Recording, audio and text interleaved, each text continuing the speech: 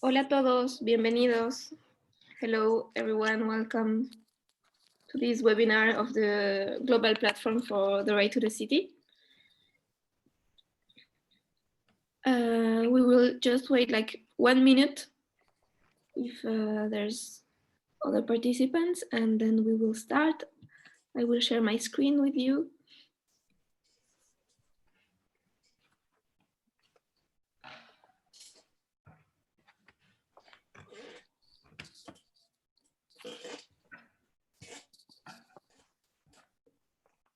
So we can start now.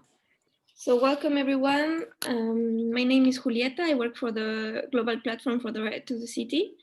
We have today a webinar about Right to the City and COVID-19. I will go directly to the translation instructions. So we have an interpreter for this webinar.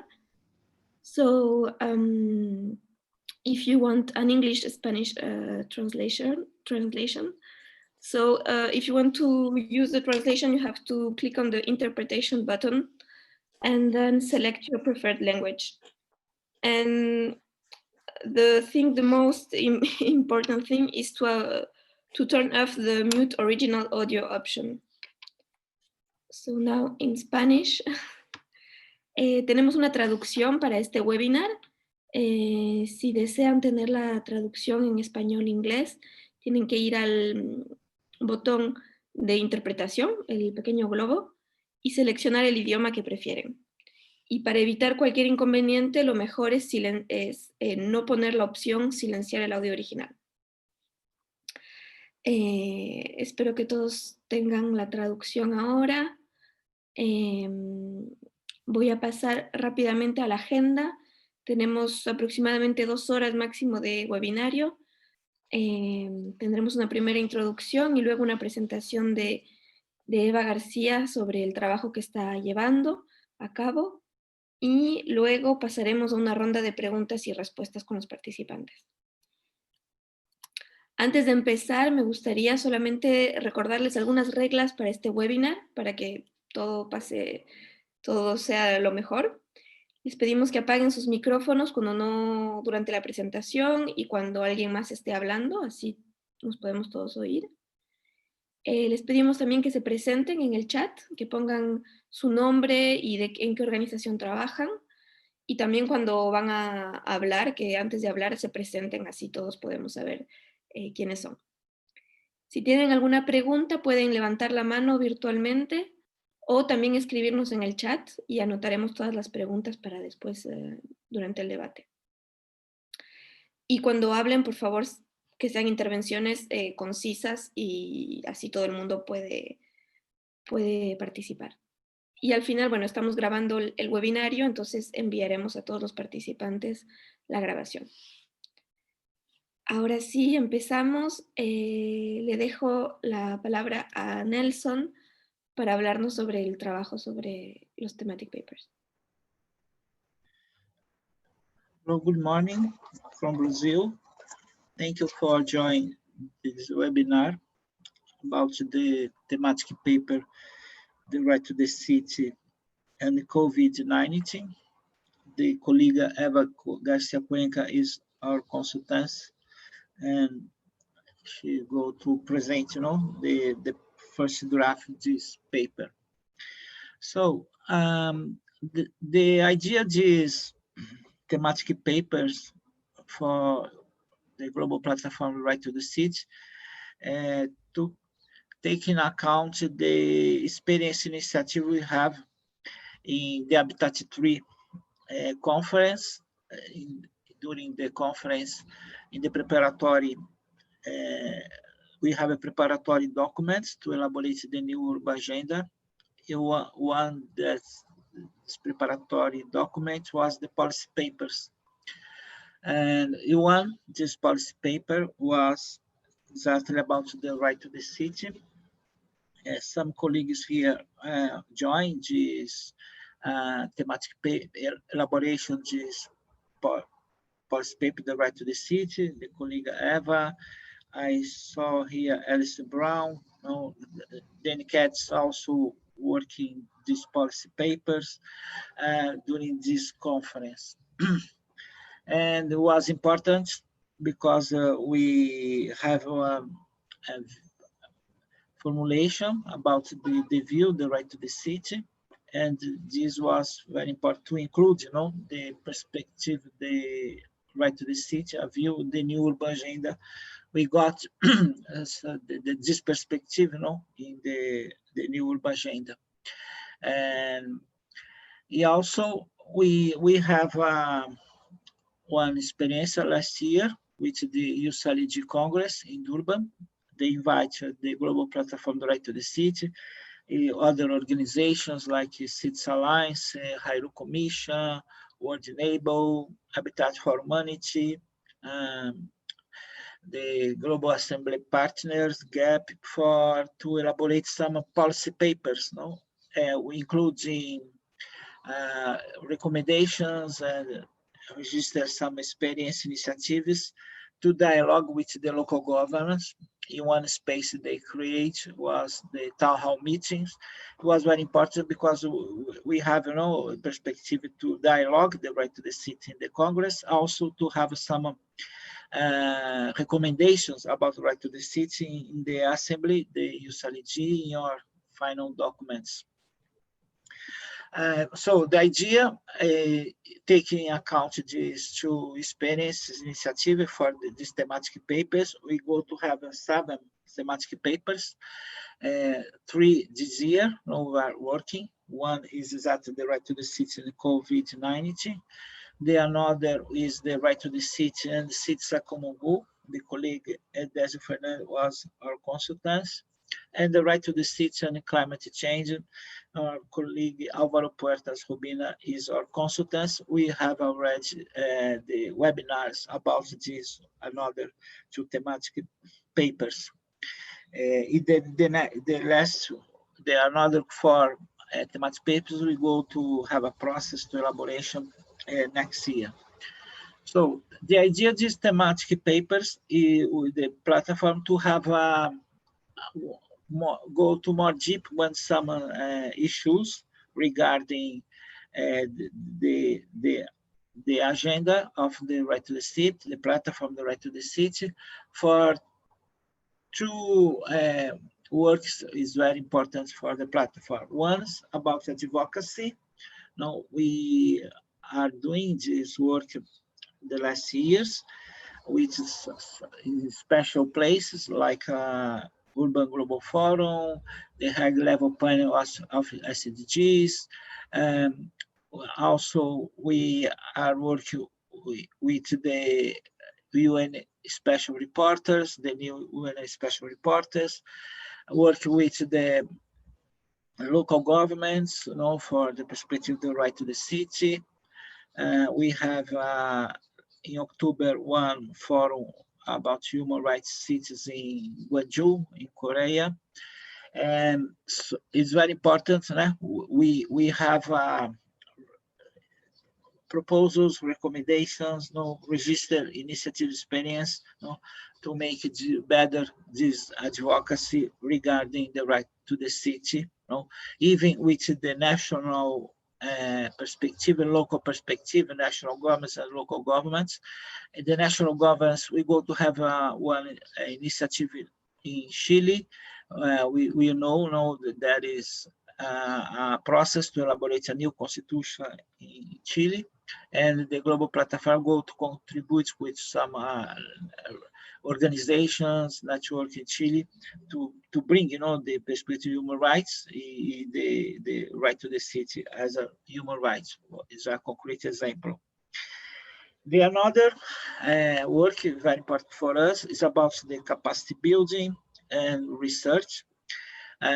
We think it's very important to exactly go to have a more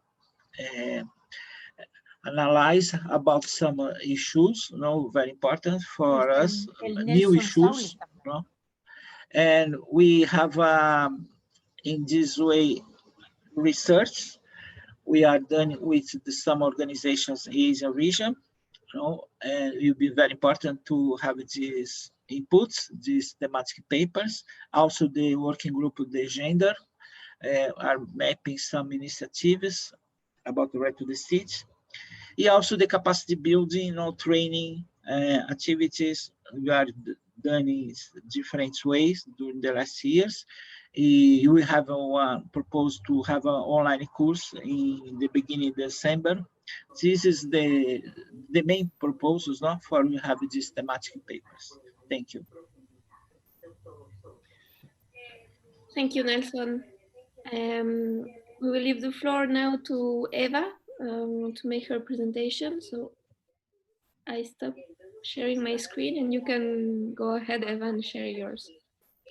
Okay, just a brief comment before I start. I have the feeling someone is not muted and I can hear some sounds. So I don't know if you want to check if you are muted.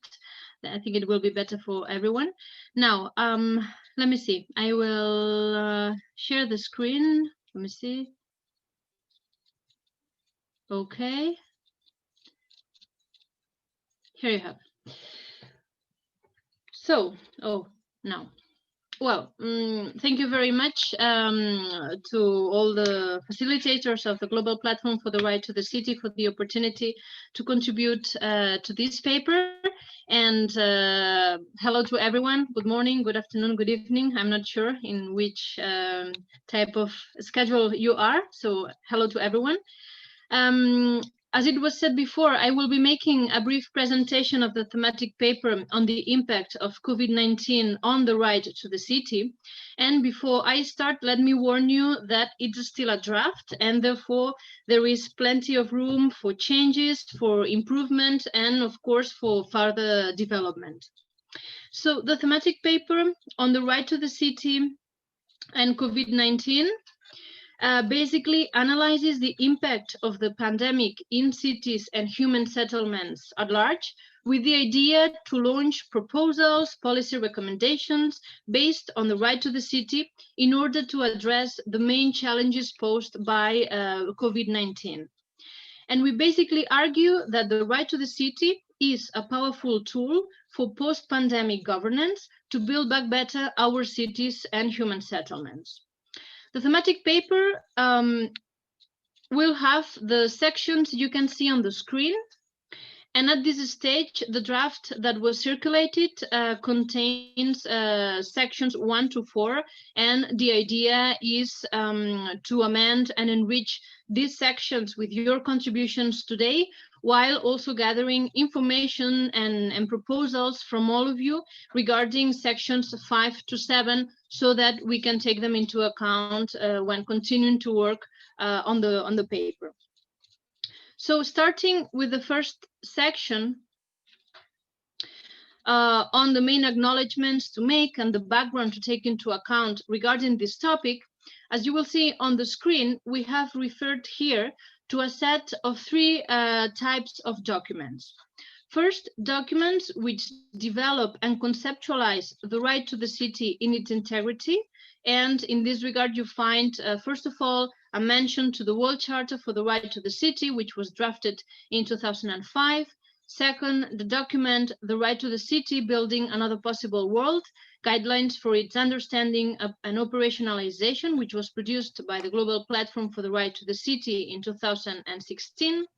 Third, the UN Habitat 3 policy paper, Right to the City and Cities for All, published in 2016. And finally, the UCLG Congress policy paper on the right to the city, which was adopted in late 2019. We also refer in this section to, there is someone who is not muted. Not sure who he is or she is, but okay. So this would be the first set of document we mentioned in the document. The second one refers to recent international policy declarations, which include some policy proposals connected with the vision of the right to the city. And in this regard, we particularly mention the UN 2030 Agenda and the Sustainable Development Goals, the SDGs, adopted in 2015, and also the new Habitat Agenda adopted 1 year later, 2016. And finally, we compile some of the main international treaties that enshrine several right to the city components. As you might know, the right to the city, as it is conceptualized in the first 4 documents, it is made up by 9 components, like the social function of the city, quality, public space, gender equality, and so on. So in this last block of references, we refer to those international treaties that acknowledge some of these components. And the right to health, which is of course crucial to guarantee in pandemic times, it is enshrined in some of these covenants. And this body of international laws and commitments provide the legal and political ground to make the right to the city a reality. But of course, the key is to strategically mobilize these resources and use them to foster change with new legal policy frameworks, policies, and strategies, for instance. Now, what about the main challenges posed by COVID-19? The paper provides a tentative diagnosis of the current situation, and it basically argues that COVID-19 has shown the failures of the current economic and urban models in many fields. And why? First, because the pandemic simultaneously flared up a number of unresolved problems, for instance, a poor access to adequate housing, homelessness, urban economies too much dependent on mass tourism, and so on and so forth. And second, because these models have had devastating effects over the environment. And as we all know, the link between the pandemic and climate change is clear. Globalization has spread the neoliberal economic and urban models all over the world, so their impact is huge on a planetary scale. And of course, globalization has also played a key role in disseminating corona very, very quickly. So these two trends altogether, neoliberalism and globalization, have privileged economic growth in urbanization processes over people-centered and environmental-friendly city making. And what are the consequences of this?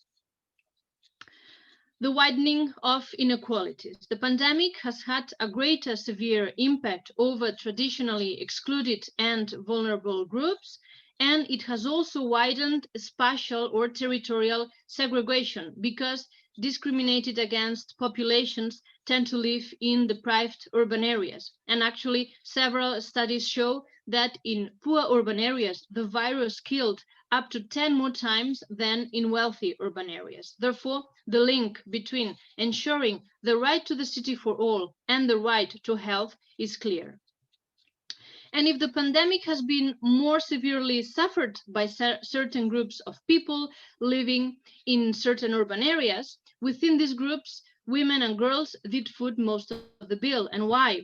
Due to the burden they bear as caregivers and domestic workers, due to the fact they faced an increased risk of violence during confinement situations, or also due to an inadequate access to specific healthcare. Post-pandemic governance is challenged to address these problems, and it's also challenged to take into account intersectional inequalities. So, as I was saying before, the evidence of the structural failures of economic patterns of city making opens a window of opportunity. It has become clear that a paradigm shift is needed more than ever in post-pandemic times to build back better our cities and human settlements. As some argue, these are not changing times. What we are witnessing is a time of change, whereby structural models widely embedded in society, in the economy, in politics or culture are being transformed. And there is even Nobel Prize Stiglitz who claim that we are close to the end of neoliberalism and globalization and to the birth of a new age. Let's see. And against this backdrop, there are several recommendations launched, and I have to say that this part, as it is drafted in the document that was circulated, will drastically change, because the idea now is to develop recommendations on the following policy fields that you can see on the screen: health, housing and basic services, livelihoods, including food, and economy, and these acts would be linked to public space, children and the elderly, democratic participation, and mobility. It has to be noted that in times or situations of crisis, addressing the material needs of the population, of course, becomes a political priority. Therefore, most policy proposals will be related to ensuring access to certain goods, services, and facilities. So they will be related to what we call the material dimension of the production of the city. In other words, everything that has to do with the urban form, with the built environment, namely infrastructures, urban services, housing, public space, livelihoods, etc. So in this regard, and using the right to the city as a policy framework, the main recommendations for local and national governments will basically attempt to ensure a socially and territorial just distribution of material resources so that good living conditions exist across the human settlement continuum.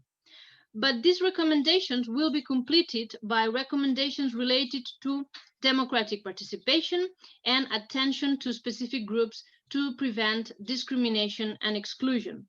Because we argue that city making is actually a multifaceted and complex process that goes beyond the material production of the city and has to do with ensuring political agency, and this is why democratic participation is key to tackle, and it also has to do with ensuring socio-cultural dimension, socio-cultural diversity, or in other words, ensuring an inclusive citizenship, no discrimination, etc. A final idea that I would like to share is that the paper argues that shifting the current paradigm on the basis of the vision of the right to the city entails taking action on a wide range of policies. And what do we mean by that? Isolated changes will not lead to the paradigm shift which is required in this time of change. Only a comprehensive political agenda will be able to foster deep transformations on city making. So the list of recommendations of the paper should be taken into account in an interdependent and interrelated manner. And the last issue I would like to comment on is related to how these policies should be put in place. And we argue that the engagement of several stakeholders and spheres of governments is key. And this is why we say that multi-stakeholder engagement and multi-level governance is key. And what does it mean? As far as multi-level governance is concerned, it means that all spheres of government should take concrete steps, that is, local and metropolitan government, as well as national and regional government, and also international organizations. And as far as multi-stakeholder engagement is concerned, it means that it is key to engage civil society, but also the private sector, the media, and the education and cultural sector. And other elements that we consider as enabling environments for a paradigm shift towards the right to the city have to do with the existence of plural, safe, and democratic institutional frameworks, as well as capacity building and training. So this is very briefly what the thematic paper is about, and I insist that it's still a working document and that we wish to enrich it through collective dialogues such as the one we are having today. So I won't use more time because I think the most important part comes now by listening to all of you.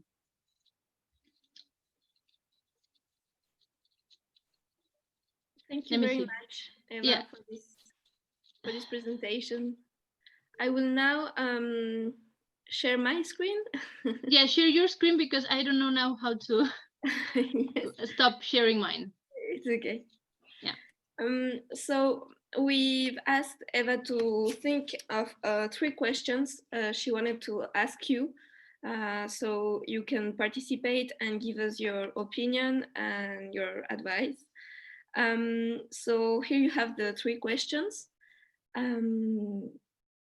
You can now just like, if you want to give us your opinion on these, or answer these questions, or just have your remarks about the presentation, the thematic paper, the theme.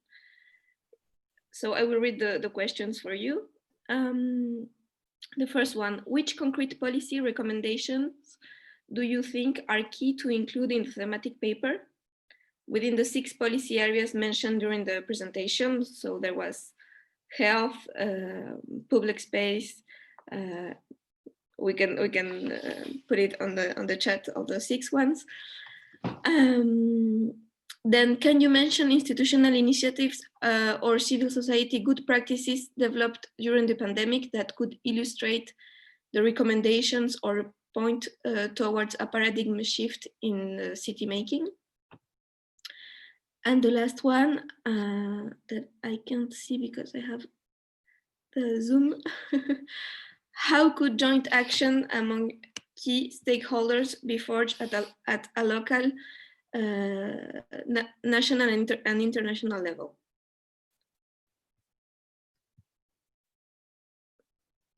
Yes, thank you, Sofia, for the 6 policy areas. So I don't know if someone wants to take the floor, maybe say something about these questions.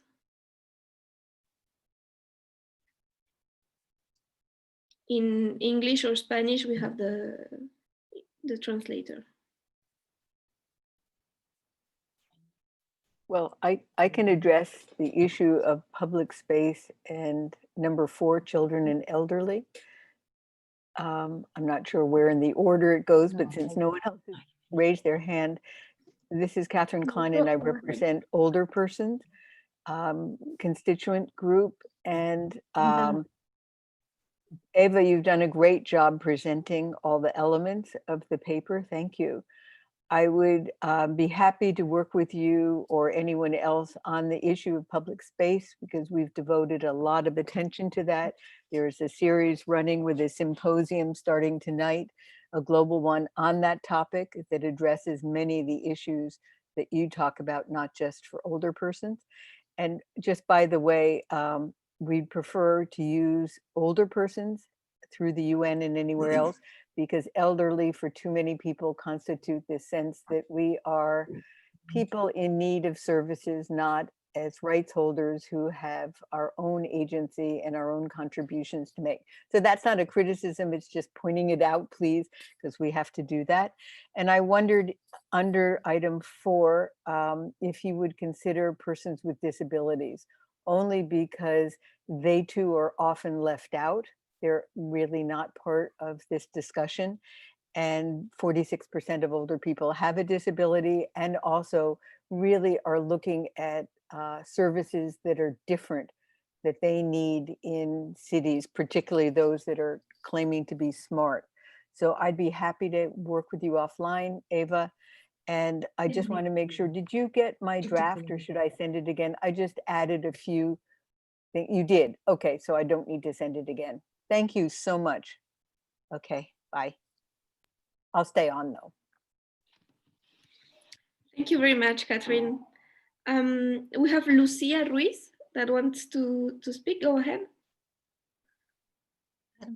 Bueno, sí, muchas gracias. Bueno, sí, felicitar por este espacio y a Eva por sobre todo por el tema que considero súper importante, es el tema de que el derecho a la ciudad no significa solamente el derecho a la parte material, sino también a otras dimensiones como es la gestión democrática de las ciudades.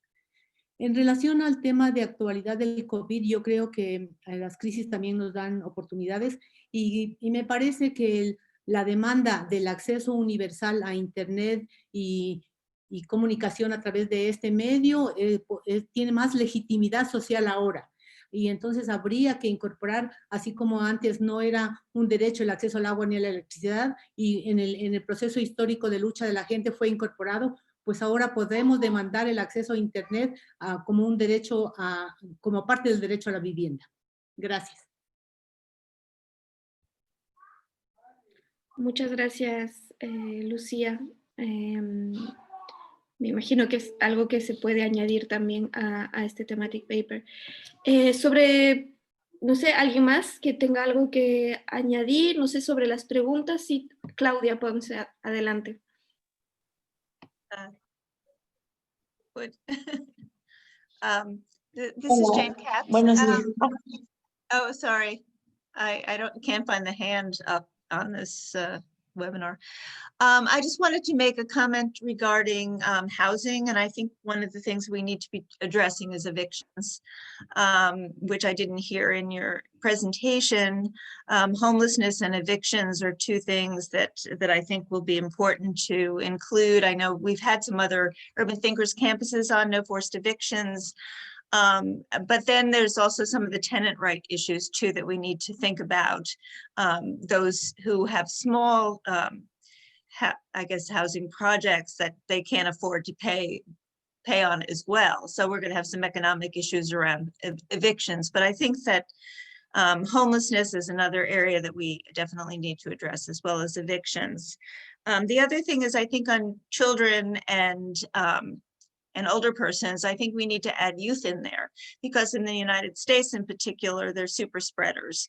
And if we're going to be talking about that, where they don't seem to get it as frequently as some of the older persons, but then they don't really take into consideration that they can be spreading it to other people. So that's another area that I think that we, at least to bring in the youth factor of how do we do education around that for young people.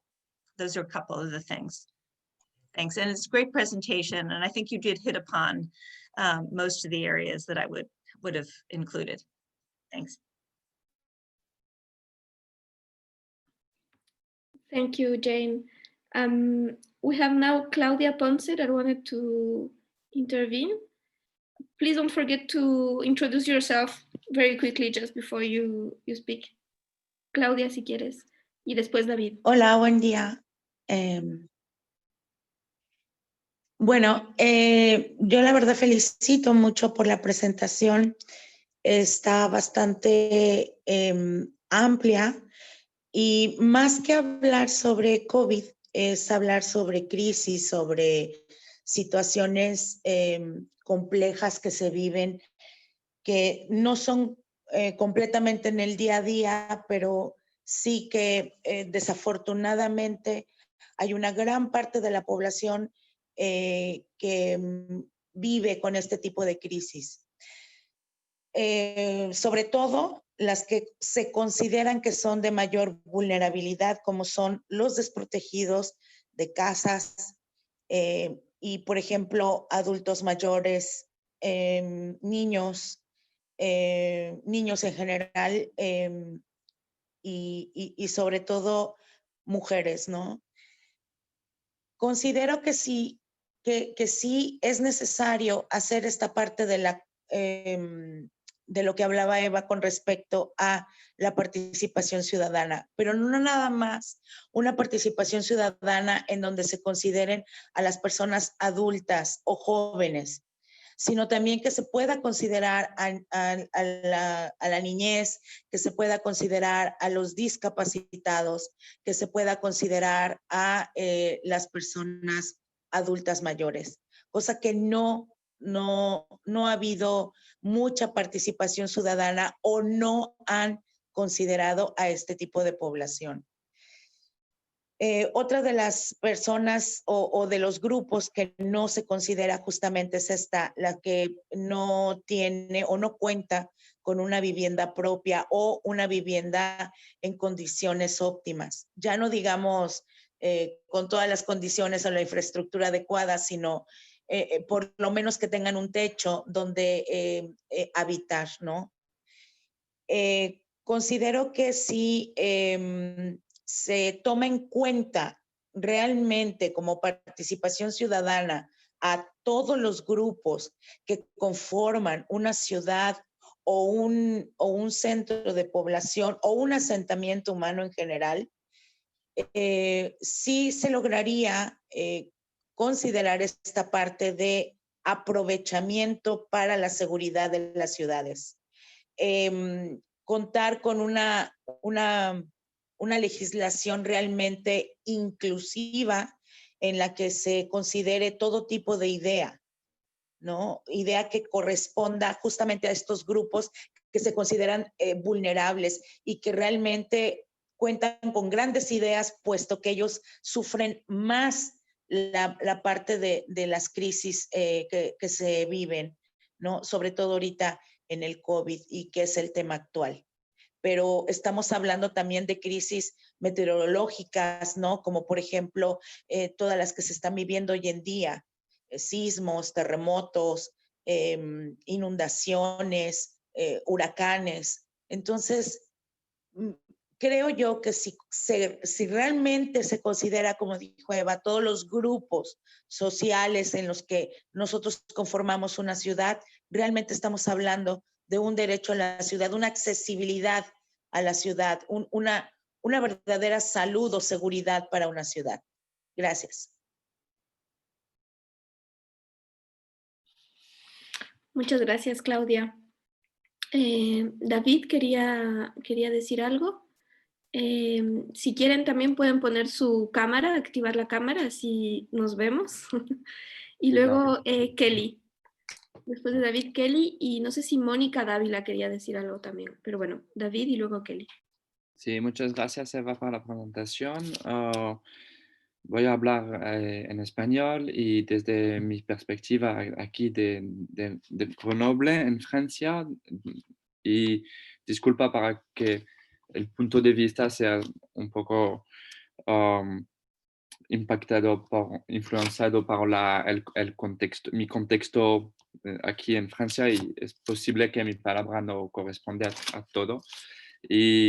Pero quiero aportar que soy de acuerdo que la crisis del COVID ha mostrado el fracaso del modelo neoliberal, y que eso es nuestro punto de parte de la reflexión, y que este modelo ha mostrado que la privatización de los recursos y de los servicios públicos al final es lo que necesitamos para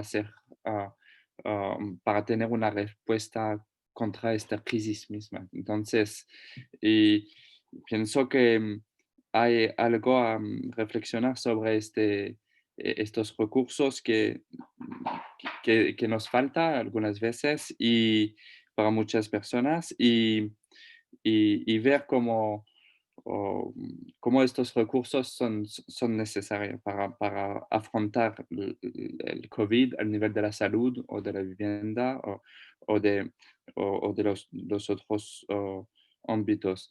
Y de mi punto de vista, lo que vivimos ha mostrado también la importancia de la respuesta de los pueblos al nivel de la solidaridad. Y hay muchas experiencias de fábricas ocupadas, de espacios culturales comunes, de clínicas populares, de lugares para el cuidado de la salud y de acción de solidaridad entre vecinos. De mi punto de vista, estas respuestas populares a la crisis es también la respuesta de los movimientos para el derecho a la ciudad, y debemos intentar ver lo que podemos hacer para partir de empezar con estas experiencias y ver cómo estas experiencias son los modelos de las políticas públicas de mañana para las ciudades a nivel municipal, algunas veces regional o estatal. Y pienso que debemos tener una concepción de la salud, y las acciones de solidaridad lo ha mostrado, más amplia, más extensiva de la salud, no solo la salud de los equipos médicos y del acceso a los servicios médicos, que claro que es necesario y es la base, pero también una concepción más extensiva con una ayuda solidaria, apoyo psicológico, defensa contra la violencia doméstica y muchas otras partes de la salud que hace parte de una concepción de la salud a nivel global.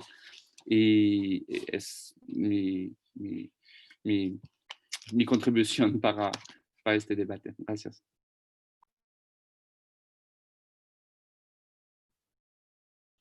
Gracias, David. Kelly quería ahora intervenir y luego podemos quizás dejar a Eva responder si tiene ganas de decir algo Sí. también. Bueno, hola, soy de São Paulo, de Brasil, soy doctoranda, estudio Derecho a la Ciudad, y lo que me llamó más la atención, creo que en todo este debate sobre el COVID en las ciudades, es la cuestión del micro local. O sea, no sé si esto apareció en el documento, eché un vistazo, no lo vi, que es como esta cuestión de la cohesión social, pero el nivel más micro, o sea, la importancia de los barrios, de las comunidades, todo eso que está más en el nivel micro, y como esto, por ejemplo, podemos tener el ejemplo de en la ciudad de São Paulo, de una comunidad que se llama Paraisópolis, que es una región que está muy cerca de otra región muy rica, pero es una región muy vulnerable, y que se organizó de una manera que creo que es un poco en relación a lo que David antes de mí dijo, que es un poco esta articulación, esos movimientos espontáneos que surgieron a partir del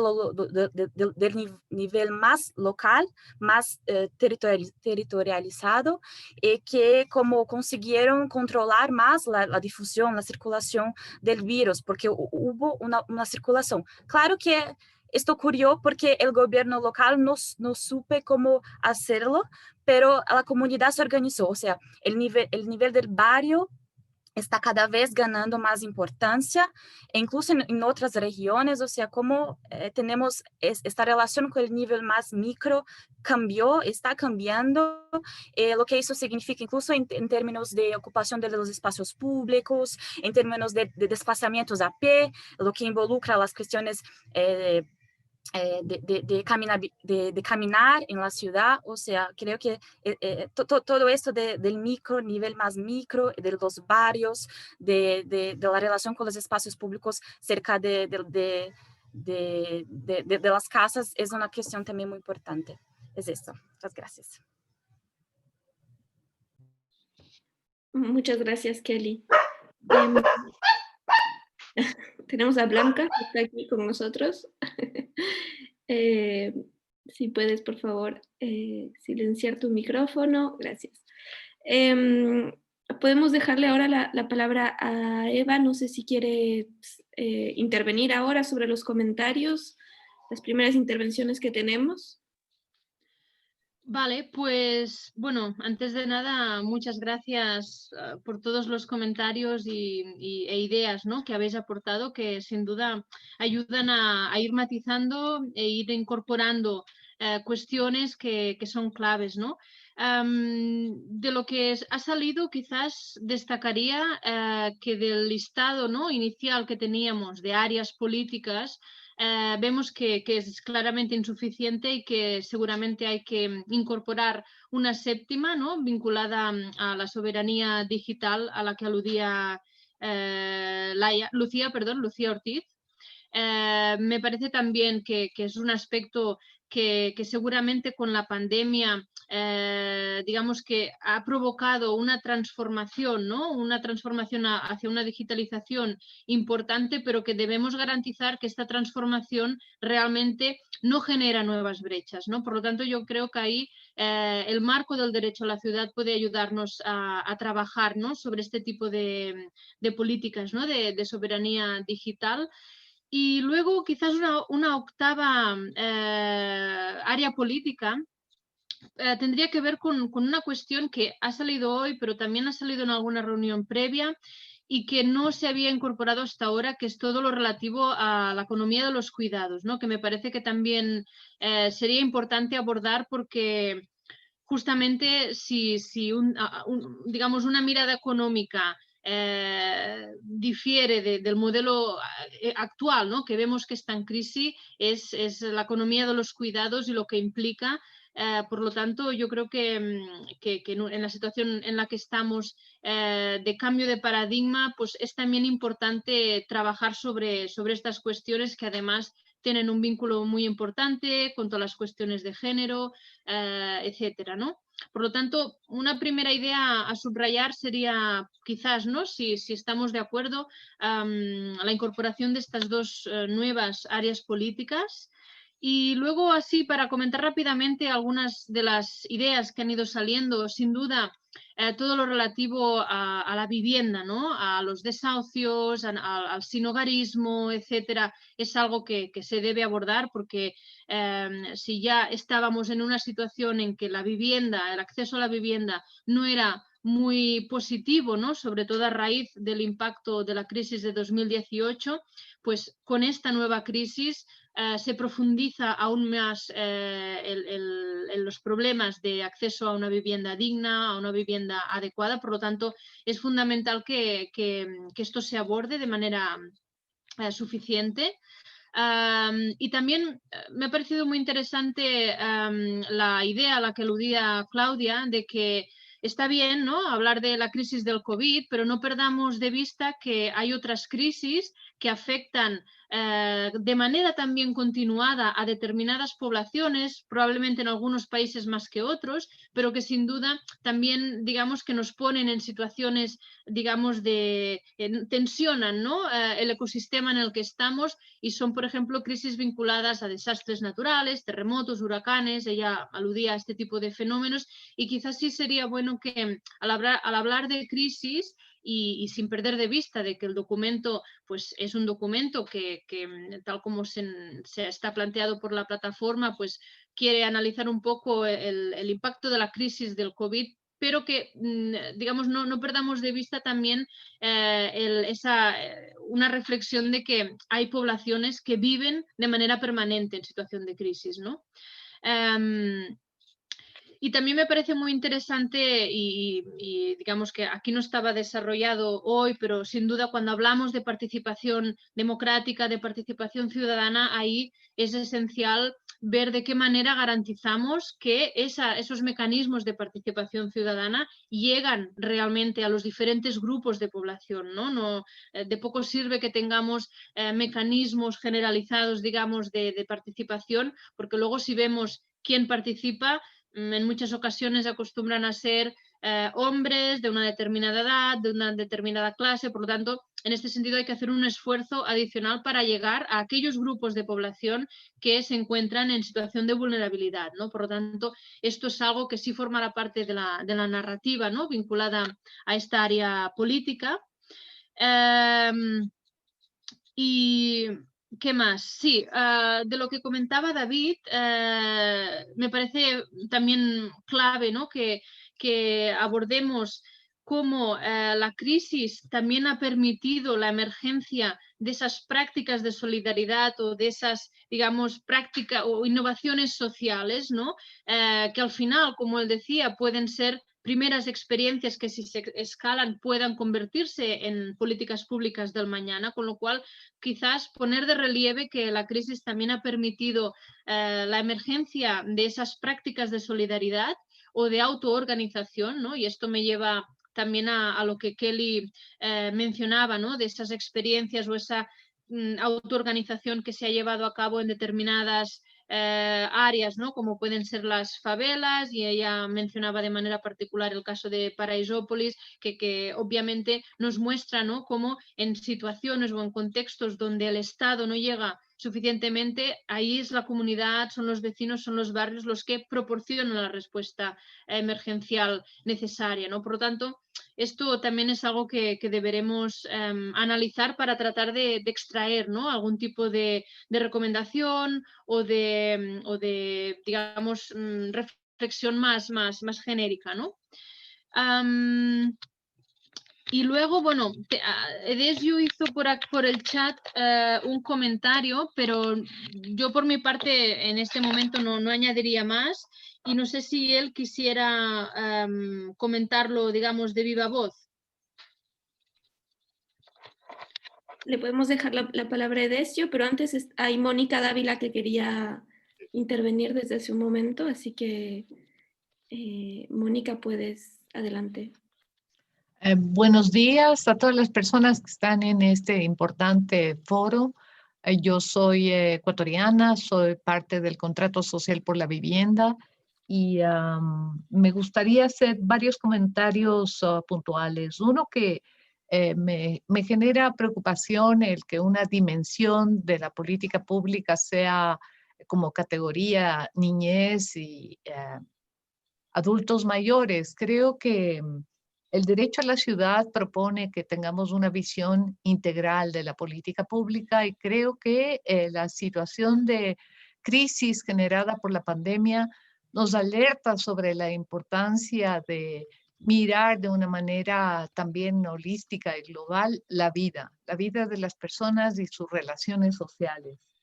Y tienen los gobiernos, así como las sociedades y los individuos, una gran responsabilidad tenemos con respecto a los temas planteados por David antes, ¿no?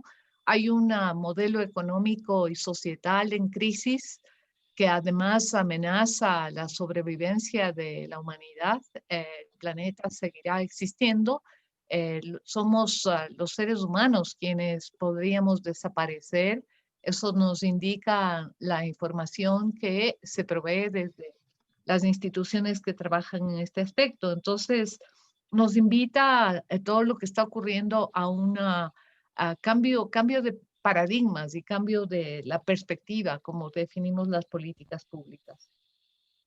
Un segundo punto, creo que está ausente generalmente de la política pública y menospreciada, son los aspectos culturales, el ocio, la recreación, la cultura como que podría ser un elemento de política pública poderoso para cambiar las relaciones sociales inequitativas, excluyentes, también para trabajar sobre el tema de violencia que se ha exacerbado a propósito de la crisis, ¿no?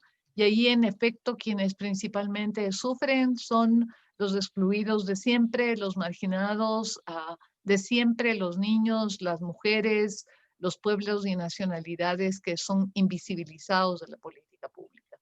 Entonces, creo que es esencial el que enfaticemos y que visibilicemos que requiere el mundo, requerimos las sociedades de cambios culturales que supongan también considerar el ocio, la recreación como factores esenciales para la vida.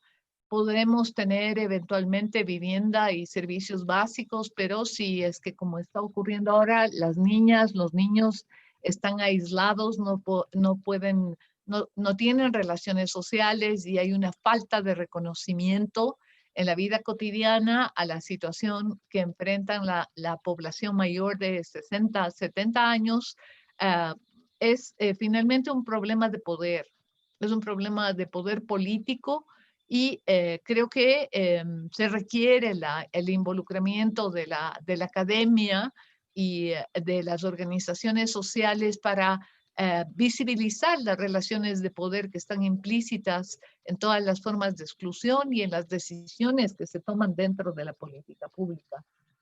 En segundo término, quisiera mencionar la importancia de que los estados, y en el caso particularmente de los estados de América Latina, cuenten con un inventario de la propiedad pública transparente, para que de esta manera se pueda utilizar el suelo disponible, las propiedades públicas disponibles para albergues, refugios, eventualmente programas de vivienda en situaciones como la que estamos enfrentando actualmente post pandemia, ¿no?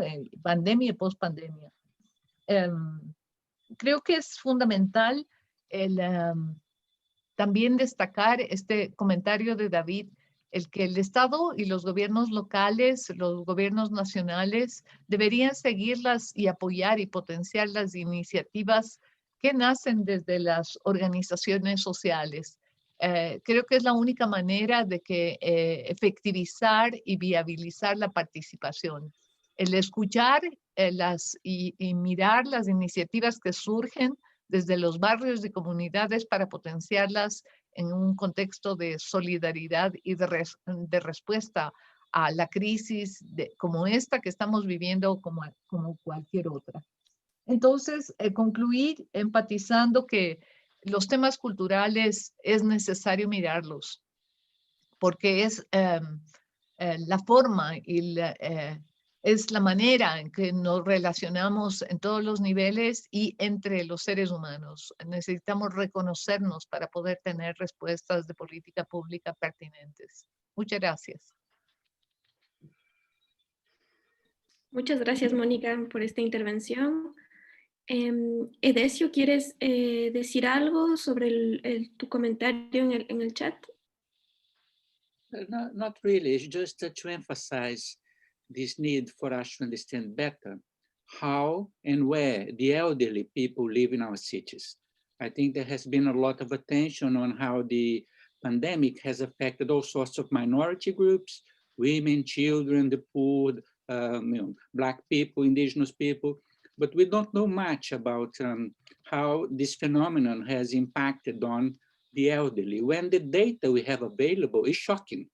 In the United States, in the United Kingdom, something like 46% of all deaths relate to elderly people living in care homes. The same number can be found in many cities internationally. So I think we should pay a little more attention to this specific segment of our urban community. And one dimension of this problem is the way these care homes have been privatized in many contexts. So there's a link between privatization and the lack of adequate care affecting so many elderly people in our cities internationally. So it's just one specific dimension which I think needs better understanding. Thank you.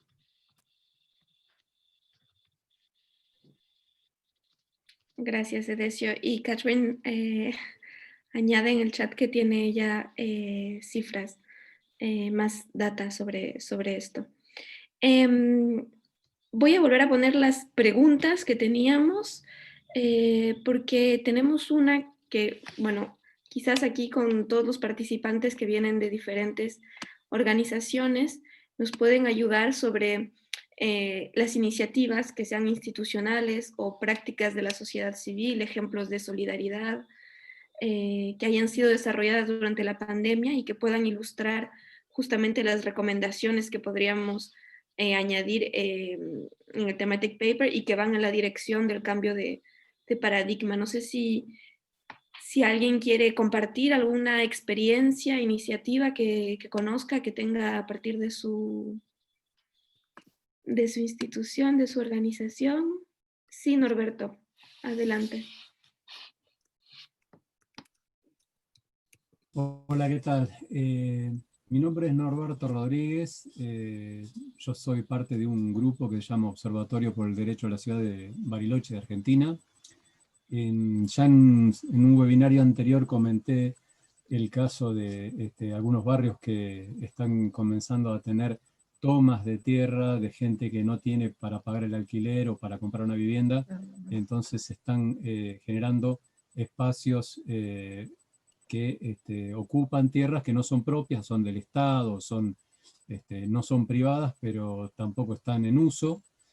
Y esto está generando, en línea con lo que acabas de pedir que comentemos, una unión de distintos sectores, de distintos barrios que están procediendo de esa manera. Entonces se están apoyando entre los distintos sectores que toman en distintos barrios tierras para tener una solución a la vivienda. Eso para dar un aporte en lo que vos comentabas.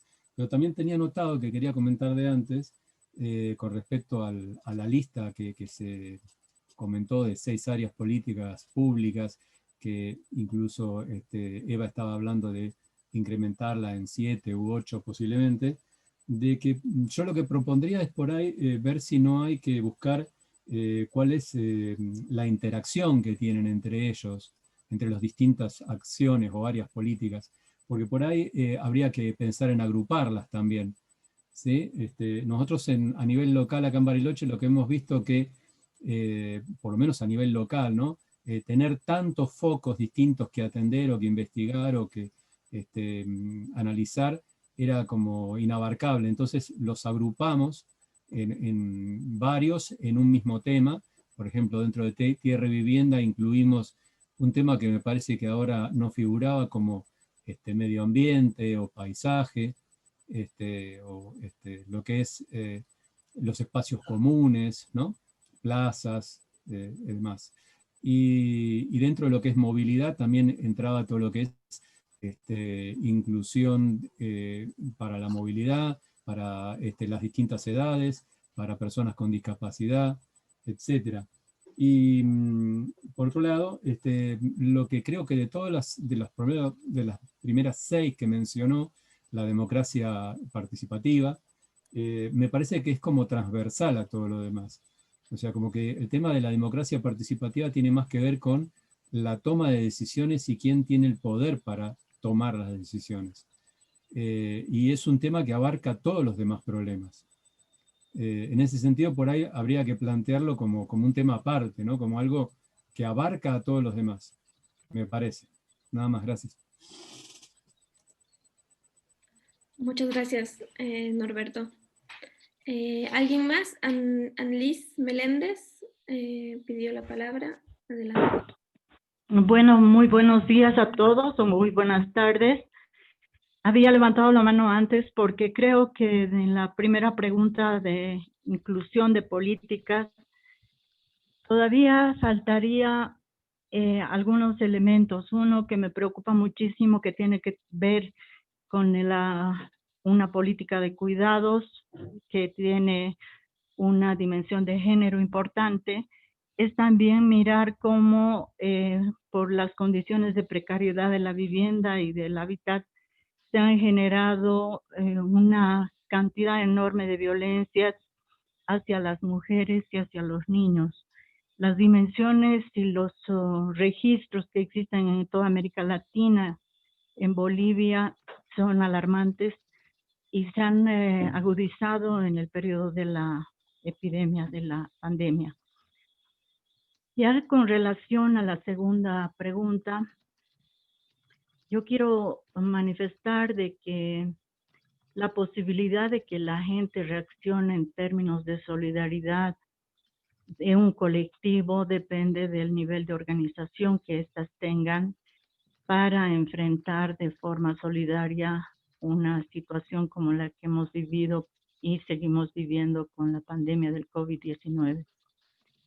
Un ejemplo que conozco es de las mujeres que trabajan en el sector de la construcción, que se han aglutinado en la Asociación de Mujeres Constructoras, ASOMUC, y a nivel nacional en AMUCBOL, que han podido enfrentar con ciertas acciones más solidarias la pandemia, por ejemplo, el lograr conseguir canastas alimentarias para sus beneficiarias, el poder haber logrado gestionar un seguro de vida que incluya la cobertura del COVID-19, pero eso gracias a la organización. Entonces creo que la participación que se mencionaba con anterioridad requiere esfuerzos enormes desde la sociedad civil para organizar a lo que precisamente mencionaba la compañera que presentó el documento, que tiene que ver con que la participación no puede ser de élites, sino fundamentalmente de las organizaciones sociales que representan a los sectores más vulnerables de la sociedad. Pero eso requiere esfuerzos desde las ONGs, desde la sociedad civil, para forjar espacios de encuentro, espacios de capacitación, espacios de reafirmación de sus derechos que les permita a ellas tener su voz propia y hacer la exigibilidad ante las autoridades pertinentes, ya sean locales o nacionales, para la exigibilidad de derechos. Los derechos están reconocidos en la Constitución Política del Estado, en nuestro caso en Bolivia, que es vanguardista en el reconocimiento de los derechos, pero eso es simplemente un papel, y en la medida en que las organizaciones no hagan carne de que son portadoras de derechos, que conozcan esos derechos, no los van a poder realizar mediante políticas públicas con presupuestos adecuados, etcétera, ¿no? Y otro elemento que quisiera ver la necesidad de incorporar es la dimensión del impacto que ha causado la epidemia en el mundo laboral, en el mundo del trabajo. Yo estoy sistematizando ahora una encuesta que ha aplicado precisamente las mujeres constructoras de cómo han vivido esta crisis sanitaria, cómo ha afectado económicamente a su rubro de trabajo, que es la construcción. Y realmente en una de las preguntas que hacemos, muchas han dejado de laborar por el confinamiento, por las restricciones al trabajo, etcétera, que se han decretado en el país en un momento muy rígido, en otro momento más flexibles, pero definitivamente han limitado enormemente. Pero ellas han tenido la capacidad de hacer reconversión laboral, es decir, dedicarse al comercio, por ejemplo, de la venta de elementos sanitarios, de gel, barbijos, etcétera. Esas capacidades que tienen de reconversión por la propia necesidad que tienen ellas al estar vinculadas al sector informal de la economía, de generar ingresos para el sustento diario.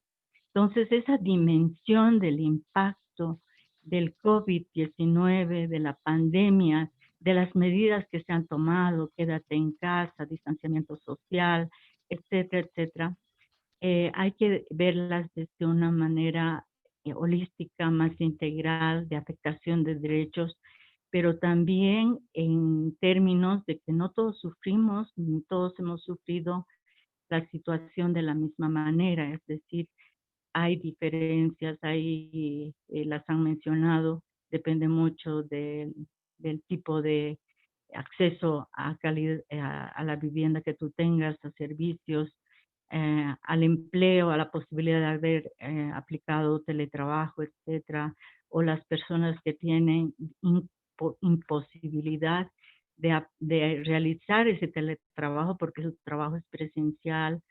Hay que indagar mucho, hay que estudiar mucho ese impacto que ha tenido en la economía de la gente la pandemia. Gracias. Muchas gracias, Annelies, por este aporte. No sé si alguien más quiere decir algo, compartir. Podemos volver a las... Yes, I would like, Nelson. Go ahead. No, so in the case of Brazil, I think regarding the initiatives taking the situation, the COVID-19 is the national campaign against the evictions. Now we have, the Global Platform is a partner, a member, this national support, this national campaign in Brazil, because during the pandemic we have unless 7,000 persons in situation of evictions. Some are evicted now in Brazil, and then we organize a dossier, organize a manifesto with different organizations. For civil society, I think is one initiative. Now we want to spread for international perspective also. We organize one webinar until the end of this year. We have one with the special reporter, the housing rights in September. So I think this one initiative from civil society taking account once it's with the COVID.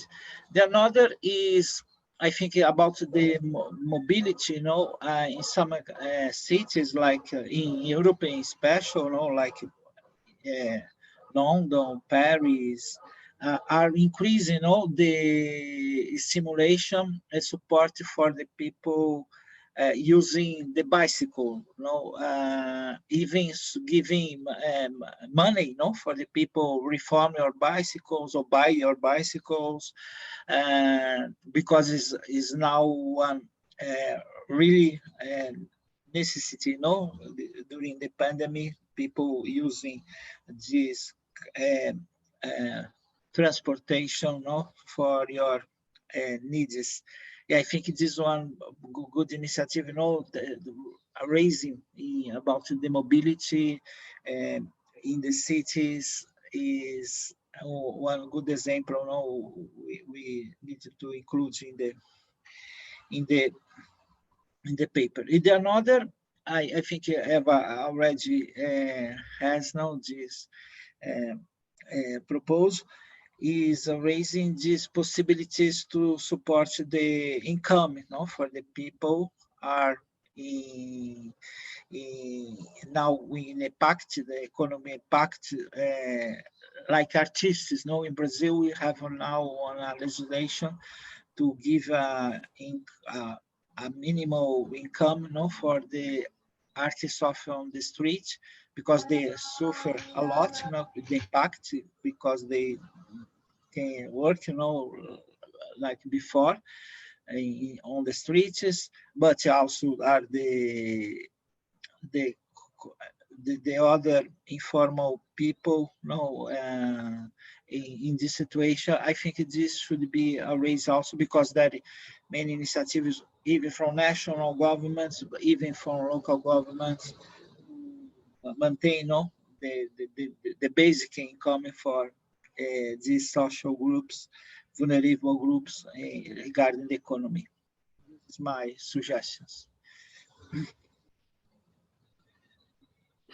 Thank you, Nelson. We have then David that wanted to say something again. Go ahead. Sí, es una única cosa que quiero añadir a mi precedente intervención, es pienso que debemos realmente denunciar con fuerza todas las violaciones de derechos humanos que hemos vivido y que seguimos a vivir durante esta crisis del COVID. Y hay una multitud de violación de los derechos humanos y pienso que este trabajo, por el momento, no es totalmente hecho de tener una buena visión de todas estas violaciones de derechos humanos. Y pienso que realmente es un punto muy importante y claro que para el derecho a la ciudad es todas estas violaciones de las restricciones del uso del espacio público, que es algo de fundamental, de violación intrafamiliar, de violencia intrafamiliar y de violencia contra las mujeres, que es también hay muchos casos de violación de este tipo, pero pienso que hay realmente un trabajo crítico a hacer sobre estas violaciones y tener una parte sobre estas violaciones y es solo este punto para insistir sobre eso.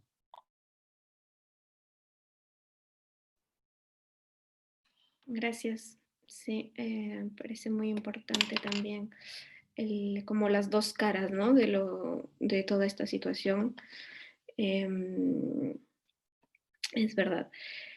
Regresamos quizás a la última pregunta que teníamos pendiente y que se las voy a compartir ahora, sobre cómo podemos forjar una acción conjunta entre los diferentes niveles, ¿no? Estuvimos hablando del nivel microlocal con las solidaridades que han salido, pero también han habido acciones a nivel nacional e internacional y cómo se podría a tener una acción conjunta entre estos 3 niveles. Era la última pregunta que teníamos. No sé si alguien tiene alguna idea, quiere responder sobre esto o sobre otro tema de los que han salido también. Chequeo a veces no veo cuando levantan las manos, pero chequeo el chat también.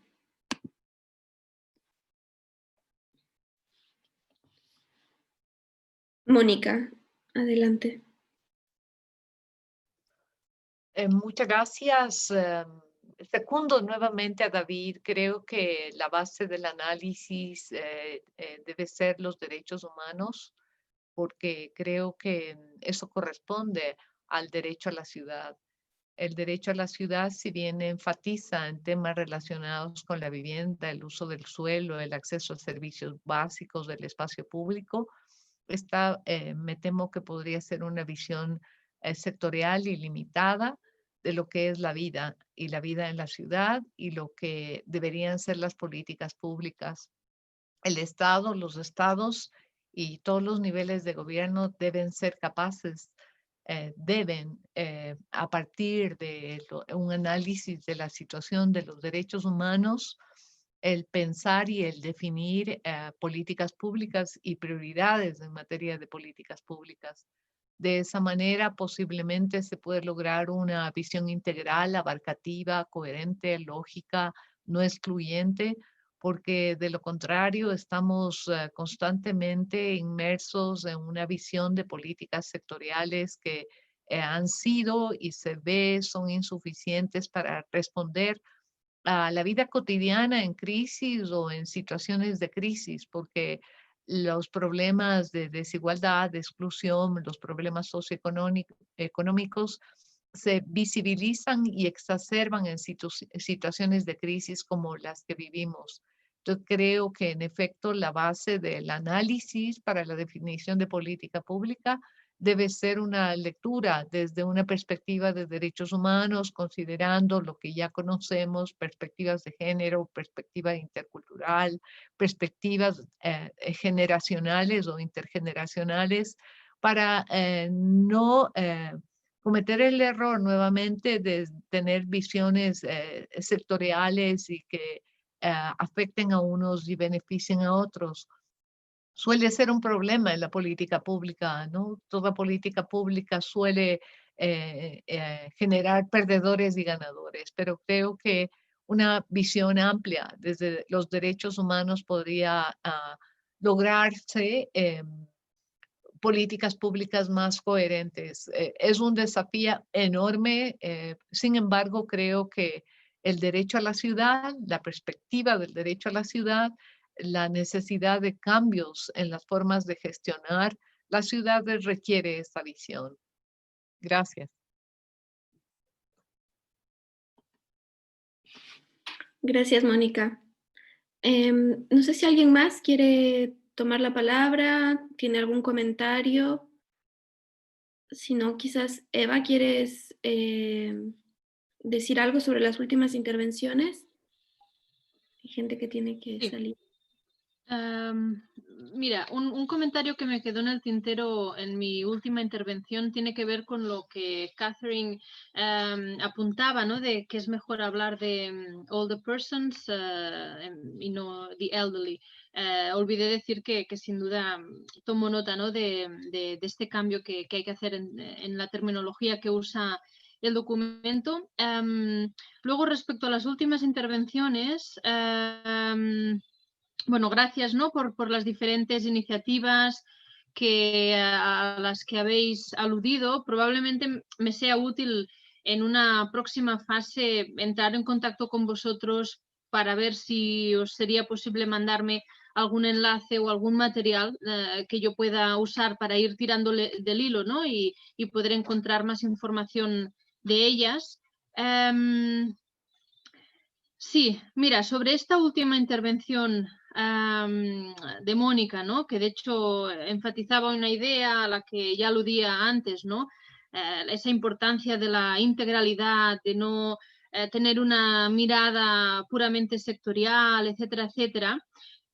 Estoy totalmente de acuerdo. De hecho, creo que el gran valor añadido del derecho a la ciudad es que nos permite partir de un marco absolutamente integral para el abordaje de los problemas urbanos. Por lo tanto, estoy muy de acuerdo, pero me pregunto, ¿de qué manera podemos, digamos, hacer recomendaciones políticas, ¿no? Que básicamente el thematic paper lo que pretende es ser capaz de lanzar propuestas o recomendaciones políticas a gobiernos locales, gobiernos nacionales. Entonces, ¿de qué manera podemos lanzar recomendaciones políticas sin hablar el lenguaje de las instituciones, ¿no? Entonces, yo ahí apunto hacia este desafío de que, bueno, si bien comparto el punto de partida, no sé si en este caso, en lo que es el apartado de las recomendaciones políticas, podemos incorporar otro tipo de mirada, ¿no?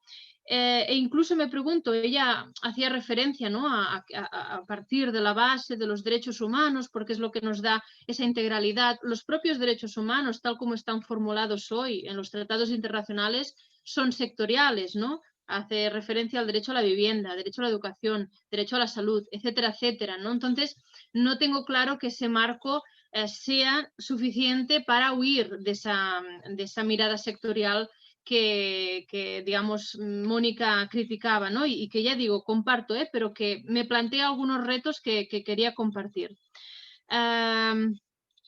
Luego, ¿qué más? Aquí apunté alguna cuestión más que yo quería, en la que quería entrar. Sí que creo que hay, dentro de lo que son las áreas políticas, sí estoy de acuerdo en que hay algunas que son claramente, bueno, eso, ¿no? Dirigidas a una cuestión muy concreta, ¿no? Ya sea la vivienda, ya sea la cuestión más económica, pero que en cambio hay otras áreas políticas que son transversales por naturaleza, ¿no? En particular, la que hace referencia a la participación democrática o la participación ciudadana, y luego el área que hace referencia a esas políticas específicas hacia hacia determinados colectivos, ¿no? Entonces, aquí probablemente sí sea útil hacer una diferencia entre unas políticas sectoriales más clásicas y luego, digamos, políticas sectoriales o miradas, abordajes transversales que puedan acabar influyendo en todas esas políticas, ¿no? Entonces, esta diferenciación sí me parece importante y sobre todo enfatizar que hay algunas cuestiones que tienen que abordarse de manera transversal sin duda, ¿no? No sé, yo por mi parte quería destacar esto y no sé si hay algún otro comentario.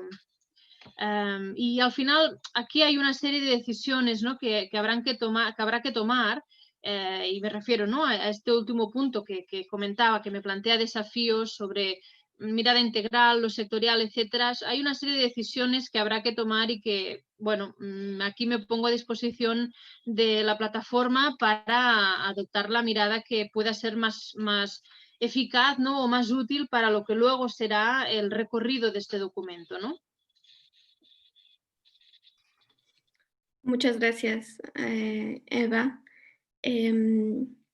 Muchas gracias a todos. No sé si hay algún comentario más, alguien que quiera compartir algo. Si no, vamos a poder pasar a la última parte con Lorena, que va a... Perdón. Luz Amparo, Hola. ¿sí? Adelante. Sí. Un saludo, muchísimas gracias a Eva pues por esa presentación que me parece fue bastante contundente y que aporta muchísimo. Pero no quería quedarme callada frente a lo que creo que es el desafío que se pone aquí al final sobre qué tanto tenemos el derecho a la ciudad como un gran techo común y qué pasa con la política y la mirada sectorial. Yo creo que en este momento sigue siendo válido el derecho a la ciudad como una dimensión territorial, también para hablar de la función social, digamos, de la ciudad, de la función social del suelo, del espacio público, para hablar de lo que otros no hablan. pero cuando ya tenemos que llegar a la dimensión poblacional, creo que hoy es un reclamo, hoy es una necesidad, y si algo ha parecido evidente es que los y las jóvenes, también digamos las personas mayores, cada vez esa diversidad reclama también ser vista. Entonces, me parece que no es contradictorio, que podríamos manejar como gran techo, como enfoque, como paradigma el derecho a la ciudad, pero necesariamente hoy es importante poner esa dimensión poblacional porque creo que es también parte de las novedades y los desafíos. Un poco pues para sumar a esto, que creo que no es ni lo uno ni lo otro, sino que creo que podemos manejar los dos asuntos para poder ser más asertivos, para poder llegar a más poblaciones, pero también para, digamos, no dejar como en la generalidad, sino poder manejar ese techo global, ese techo común, perdón, ese techo común de todo lo que implica la visión, digamos, holística del derecho a la ciudad, pero no puede desconocerse allí esas demandas, esas necesidades, esas percepciones de las poblaciones. Por ejemplo, aquí en Medellín, Corporación Región trabaja con colectivos en diferentes territorios y una emergencia interesante es la de las mujeres jóvenes. Ellas nos dijeron, ya nosotras requerimos también decir que como mujeres y como jóvenes tenemos una percepción, sentimos unos miedos y unas amenazas particulares en la ciudad que no las sienten los hombres jóvenes. Eso, por ejemplo, nos está llamando la atención sobre la necesidad de trabajar en las dos dimensiones, una dimensión territorial, una mirada del paradigma del derecho a la ciudad, pero también reconocer esa dimensión poblacional y sus derechos. Era esa pues como la necesidad de aportar a este punto que, como bien lo dice Eva, es de los que nos marcan allí un desafío. Muchas gracias. Julieta, si me permites, olvidé mencionar un último punto que me parece importante del debate anterior, pero bueno, antes agradecer a Luz Amparo, que estoy de acuerdo en que en realidad ambos enfoques son compatibles y que en el propio texto podemos jugar con eso, ¿no? Una primera parte donde se ponga énfasis en la necesidad de esa integralidad y que de hecho el derecho a la ciudad ya parte, ¿no?, de esta mirada integral, y ahí hacer el vínculo con lo territorial me parece fundamental para luego sí apuntar hacia políticas, digamos, sectoriales que luego puedan ser incorporadas por los gobiernos, ¿no? Porque de lo contrario, como decía Luz, podemos caer en unas generalidades que al final no acaben incidiendo, ¿no?, políticamente de manera suficiente como buscamos. Pero lo que he olvidado decir antes es que ha habido también una idea lanzada, de hecho por Mónica también, que me parece fundamental incorporar, y es todo lo que tiene que ver con la dimensión cultural, ¿no?, que sin duda creo que es fundamental. Cuando hablamos de que es necesario forjar un cambio de paradigma, ahí me parece que hay, digamos, tres cuestiones esenciales para poder conseguir ese cambio de paradigma. Primero, que hayan movilizaciones sociales y una presión ciudadana para que se pueda avanzar hacia una determinada dirección, con lo cual ese primer eje social es importante. Un segundo eje tiene que ver con una dimensión más política, es decir, que todas esas movilizaciones y los cambios que proponen puedan incorporarse en la legislación, en las políticas públicas. Entonces, si tenemos otro marco normativo, otro marco político, será posible avanzar hacia un cambio, hacia otro, digamos, paradigma, pero lo social y lo político no es suficiente. Para realmente forjar cambios de paradigma se necesita una dimensión cultural, se necesita trabajar desde lo cultural y forjar cambios en el sentido común, ¿no?, en esos, digamos, aspectos compartidos, ideas, ¿no?, compartidas. Por lo tanto, si no somos capaces de cambiar el sentido común hegemónico desde lo cultural, muy difícilmente podremos realmente avanzar hacia este cambio de paradigma que estamos buscando, ¿no? Por lo tanto, sí me parece muy importante que no dejemos de lado esta dimensión cultural, por esto que comentaba, pero también por todo lo que Mónica aludía antes, ¿no?, cómo el ocio es una parte fundamental de la vida también, el ocio, la cultura, y cómo al final también esto, digamos, las personas sin la red de relaciones sociales, comunitarias, familiares que tenemos, no somos personas, digamos, ¿no? Nos falta ese componente social, esa alma que nos da sin duda la cultura, ¿no? Por lo tanto, respecto a varias cuestiones, me parece que es fundamental que también en este documento toquemos esta cuestión vinculada con la cultura. Muchas gracias, Eva. Tenemos Claudia, que quería también decir algo, y Mónica, que puso un pequeño mensaje en el chat que lo comparto con todos ahora mismo. Adelante, Claudia.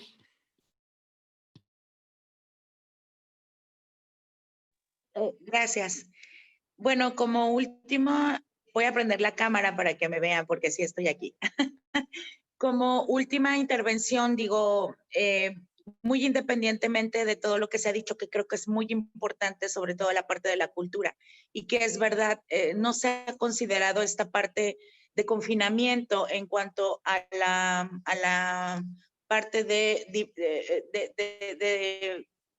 cómo desfogar esta parte de crisis, ¿no? Que se comparte o es una crisis compartida. Está, por ejemplo, también lo que comentaba desde un inicio, ¿no? Y que pensé que alguien lo iba a retomar con relación a que no nada más tenemos esta crisis de COVID, sino considerar también la crisis de lo que se vive en algunas regiones, como por ejemplo un terremoto. Estamos en confinamiento y de repente sale el terremoto y todo el mundo tiene que salir. Y entonces ahí viene la parte de conflicto de la crisis del COVID, ¿no? De la pandemia. Y entonces estamos en una parte de región igual que estamos en confinamiento y viene la inundación. Y tenemos que salir igual porque la vivienda está inundada. Entonces, esta parte es la que yo comentaba, que sí, también tiene mucho que ver con la cuestión de cultura y tiene que ver también mucho que ver con la cuestión de cómo abordar esta parte del confinamiento cuando tiene que ser un confinamiento colectivo, ¿no? Son situaciones que la verdad se nos pueden escapar de la mano y que son muy importantes con relación al derecho a la salud. Y que, bueno, de alguna manera me imagino que se quiso tomar con respecto a esto del COVID, porque si bien tenemos claro que el tener una vivienda óptima para este tipo de crisis como el COVID, pues sí da buenos resultados el hecho de que estemos en confinamiento. Pero ¿y qué pasa cuando tenemos otro tipo de crisis, ¿no? Que son propias de cada región y entonces tenemos que hacer un confinamiento colectivo? ¿Qué pasa? En esta situación, por ejemplo, se tiene que marcar mucho como se comentaba, la parte de cultura, porque sí, si no tenemos a bien una cultura en relación a las crisis como de pandemia, por lo menos tenemos un tipo de cultura con respecto a cada problema regional. Pero tendríamos en este caso que ver la parte de cómo combinar, ¿no? Las dos crisis diferentes que todas forman parte de una población y que esta población tiene que manejar diferentes tipos de crisis en un momento dado y no nada más en un solo nivel o en un solo estatus o en un solo grupo social, sino que estamos hablando de una población en general, ¿no? Este era nada más así como para tenerlo bien claro y que de alguna manera también tenemos que considerarlo a nivel internacional, ¿no? Muchas gracias. Perdón, no sé si puedo intervenir. Sí, Luz Amparo, adelante. Sí, es que me parece súper interesante lo que acaba de decir Claudia, pero lo estaba sintiendo como que va muy relacionado con el otro documento que estamos elaborando sobre cambio climático. El cambio climático está revelando pues esas múltiples vulnerabilidades por inundaciones, pues por todo lo que tenemos, incluso la amenaza real y evidente de las poblaciones costeras, de las poblaciones en las islas, bueno, todo eso. Quiere decir entonces que posiblemente esto sugiere que los tres documentos en un momento dado van a encontrar un elemento común o una intersección.